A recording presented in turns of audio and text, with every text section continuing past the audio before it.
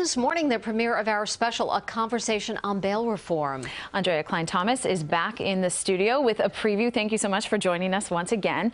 And Aundrea, many people believe that bail reform is leading to an increased spike in violence, but does the data show that? Yeah, the short answer is no, that the data does not show that those who are out on bail are reoffending at a higher rate than before bail reform was put in place. That's a lot of what you hear in the rhetoric surrounding bail reform. But, you know, when it comes to the data, it does not matter to people who are victims. And we talked to a victims' rights advocate who talks about her concerns with this law and the changes that she wants to see put in place.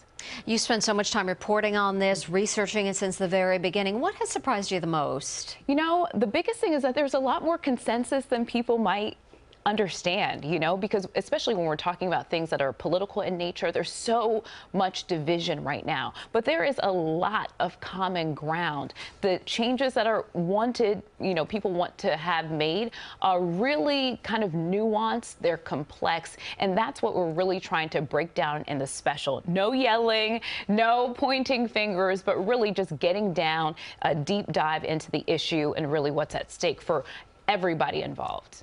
And you said taking a deep dive. Why was that so important to you? Why was this so interesting? Yeah, you know, just hearing the term a lot. I've done a lot of stories about Rikers Island, specifically, and the chaos that's happening there.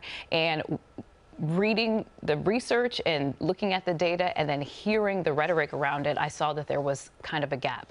And so I wanted to explain it. And honestly, it started with saying, hey, let's do a story about it. The story was really long, and then it turned into a special that was going to be 30 minutes, and now it's an hour. And so it just shows how robust this topic is and how much there is to learn. And I learned so much during this process. Very complex, yes. And thank you for breaking it down for us. Thanks for being with us this morning. Thank you for having me. Cline-Thomas.